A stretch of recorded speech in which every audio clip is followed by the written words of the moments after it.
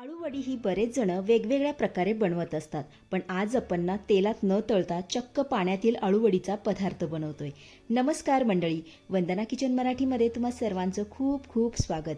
तर आज आपण ना मराठवाड्यामध्ये पारंपरिक पद्धतीने बनवला जाणारा आळूवडीचा एक चमचमी स्वादिष्ट पदार्थ बनवतोय. पोट भरेल पण मन भरणार नाही, बोटं चाटून पुसून खाल हे मात्र नक्की. रेसिपी अतिशय सुंदर आहे, त्यामुळे व्हिडिओ कुठेही स्किप करू नका, अगदी शेवटपर्यंत बघत राहा. चला तर मग वेळ न घालवता आपण लगेच रेसिपीला सुरुवात करूया.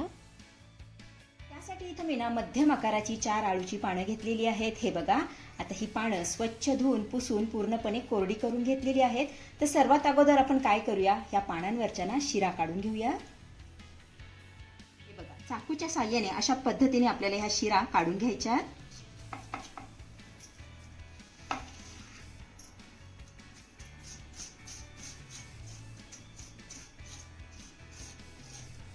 मोठी शीर काढून झाल्यानंतर यावरती ना हलक्या हाताने आपल्याला लाटणं फिरवून घ्यायचंय. हे बघा, म्हणजे यावरच्या ज्या छोट्या शिरा असतात त्या सुद्धा मोडून जातील. चला, इथे आपल्या सगळ्या पानावरच्या शिरा मोडून झालेल्या आहेत. थोड्या वेळासाठी आपण ही पानं बाजूला ठेवूया. त्यानंतर इथे मी 1 वाटी बेसन पीठ घेतलं आहे. आपण आता हे काढून घेऊया. त्यानंतर यामध्ये आपल्याला चवीपुरतं मीठ घालायचंय, अर्धा चमचा लाल तिखट, पाव चमचा हळद, पाव चमचा जिरे, त्यानंतर 1 चमचा यामध्ये आपण तीळ घालूया. त्यानंतर 2 चमचे यामध्ये आपल्याला चिंच आणि गुळाचं पाणी घालायचंय. आता हे सर्व साहित्य आपल्याला चांगलं मिक्स करून घ्यायचंय.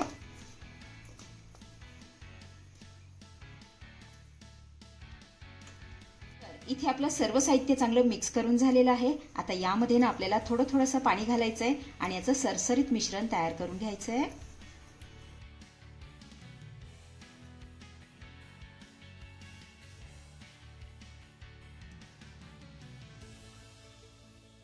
तर बघा, इथे आपलं सरसरीत मिश्रण करून तयार झालेलं आहे. खूप जास्त घट्ट नाही किंवा खूप जास्त पातळ नाही, असंच आपल्याला हे मिश्रण तयार करून घ्यायचंय. आता हे मिश्रण आपण थोड्या वेळासाठी बाजूला ठेवूया. त्यानंतर पोलपाटावरती मी आळूचं पान ठेवून घेतलेलं आहे. आता तयार केलेलं मिश्रण आपण ह्या पानाला लावून घेऊयात.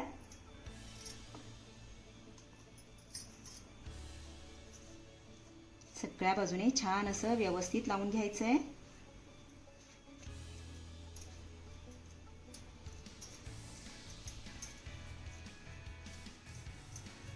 तर इथे तुम्ही बघू शकताय, बेसन पिठाचं मिश्रण पानाला मी सगळ्या बाजूने छान असं व्यवस्थित लावून घेतलेलं आहे. आपण आता याची ना गुंडाळी तयार करून घेऊया. हे बघा, अशा पद्धतीने टाईट गुंडाळी आपल्याला तयार करून घ्यायची आहे.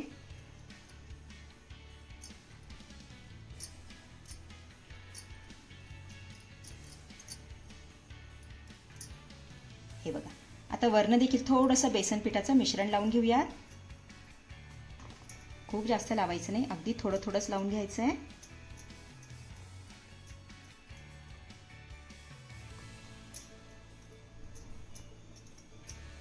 हे बघा, आता अशाच पद्धतीने आपण सगळ्या गुंडाळ्या तयार करून घेऊयात.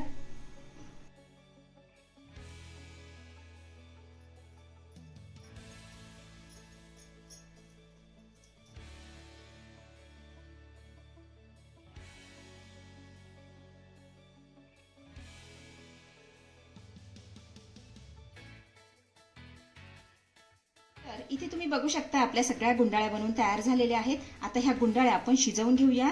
त्यासाठी कढईमध्ये मी 2 ग्लास पाणी गरम करण्यासाठी ठेवलेलं आहे. आता यामध्ये ना आपल्याला अर्धा चमचा तेल घालायचंय आणि ह्या पाण्याला मस्त अशी उकळी आणायची आहे. तर इथे तुम्ही बघू शकताय, पाण्याला चांगली खळखळून उकळी आलेली आहे. आता यामध्ये ना आपल्याला तयार केलेल्या गुंडाळ्या एक एक करून सोडायच्या. बघा, अशा पद्धतीने ह्या गुंडाळ्या यामध्ये सोडूया.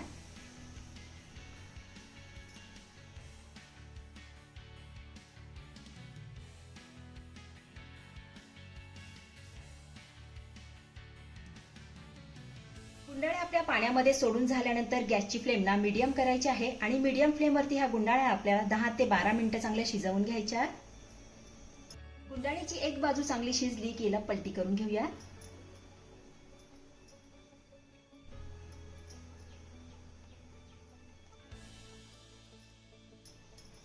तर इथे इथे 10 ते 12 मिनिटं झालेली आहेत आणि ह्या गुंडाळ्या झारायला मस्त अशा कडक लागतात, म्हणजे या छान अशा शिजलेल्या आहेत. आपण आता ह्या काढून घेऊया आणि थंड होण्यासाठी थोडा वेळ बाजूला ठेवूया.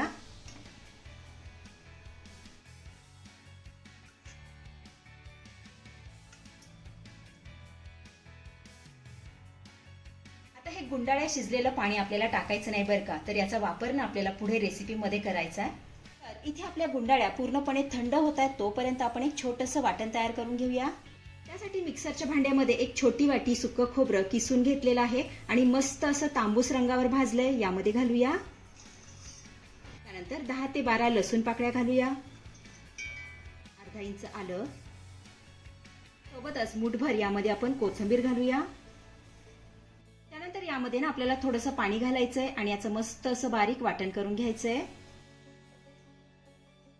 तर इथे तुम्ही बघू शकता आपलं हे वाटण करून तयार झालेलं आहे. आपण आता फोडणीची तयारी करूया. त्यासाठी गॅसवरती मी कढई ठेवून घेतली आहे. आता यामध्ये घालूया 2 चमचे तेल. त्यानंतर अर्धा चमचा यामध्ये आपण जिरे घालूया. जिरं आपलं चांगलं फुललं की यामध्ये घालूया एक बारीक चिरलेला कांदा. हा कांदा ना आपल्याला मौसूद असा परतून घ्यायचा आहे. तर इथे आपला कांदा चांगला मौसूद परतून झाला की यामध्ये घालूया एक बारीक चिरलेला टोमॅटो आणि तो देखील छान असा मौसूद परतून घेऊया.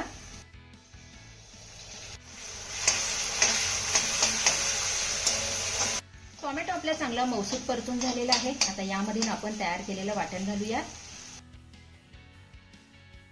छान मिक्स करून घ्यायचंय.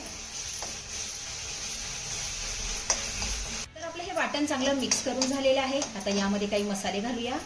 तर 1 चमचा यामध्ये आपल्याला घरी बनवलेला काळा मसाला घालायचा आहे. 1 चमचा हळद, अर्धा चमचा धनेपूड, 1 चमचा गरम मसाला, सोबतच 2 चिमूट यामध्ये आपण हिंग घालूया. आता घातलेले सगळे मसाले आपल्याला 1 ते 2 मिनिटं चांगले परतून घ्यायचे. मसाले मी चांगले परतून घेतलेले आहेत आणि तुम्ही बघू शकताय तेलही सुटलेलं आहे. आता यामध्ये आपल्याला छोटी अर्धी वाटी पाणी घालायचंय. छान मिक्स करून घेऊया.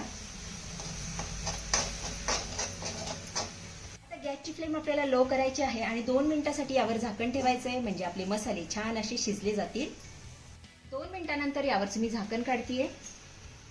तर इथे तुम्ही बघू शकताय मसाले छान असे शिजलेले आहेत. आता यामध्ये ना आपल्याला आवश्यकतेनुसार पाणी घालायचंय, म्हणजे ग्रेव्ही तुम्हाला किती घट्ट किंवा पातळ हवी त्यानुसार पाणी यामध्ये घालायचंय. तर अगोदर ना यामध्ये मी गुंडाळ्या शिजलेलं पाणी घालतेय. त्यानंतर वरनं थोडंसं पाणी घालूया. त्यानंतर चवीपुरतं यामध्ये आपण मीठ घालूया. छान मिक्स करून घ्यायचंय.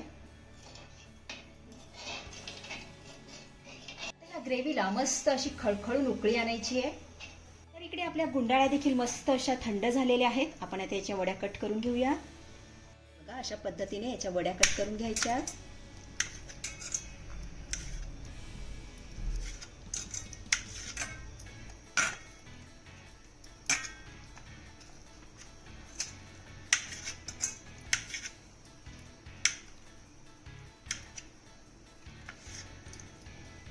इथे तुम्ही बघू शकता आपल्या ह्या रश्श्याला मस्त अशी खळखळून उकळी आलेली आहे. आता यामध्ये ना आपल्याला कट केलेल्या वड्या सोडायच्या.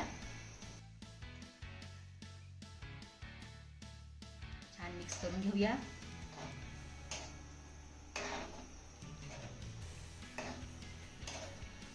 गॅसची फ्लेम ना आपल्याला मीडियम करायची आहे आणि मीडियम फ्लेमवरती ह्या वड्या ना आपल्याला 5 ते 6 मिनिटं चांगल्या शिजवून घ्यायच्या. 5 ते 6 मिनिटं झालेली आहेत आणि आपली ही वडी ना रश्श्यामध्ये मस्त अशी शिजलेली आहे. हे बघा, वरनं थोडीशी बारीक चिरलेली कोथिंबीर यामध्ये घालूया. तर इथे आपली मराठवाडा स्पेशल आळू वडीची भाजी बनवून तयार झालेली आहे. चवीला एकच नंबर लागते. अतिशय साधी आणि सोपी रेसिपी आहे. नक्की करून बघा. आपण आता ही भाजी काढून घेऊया.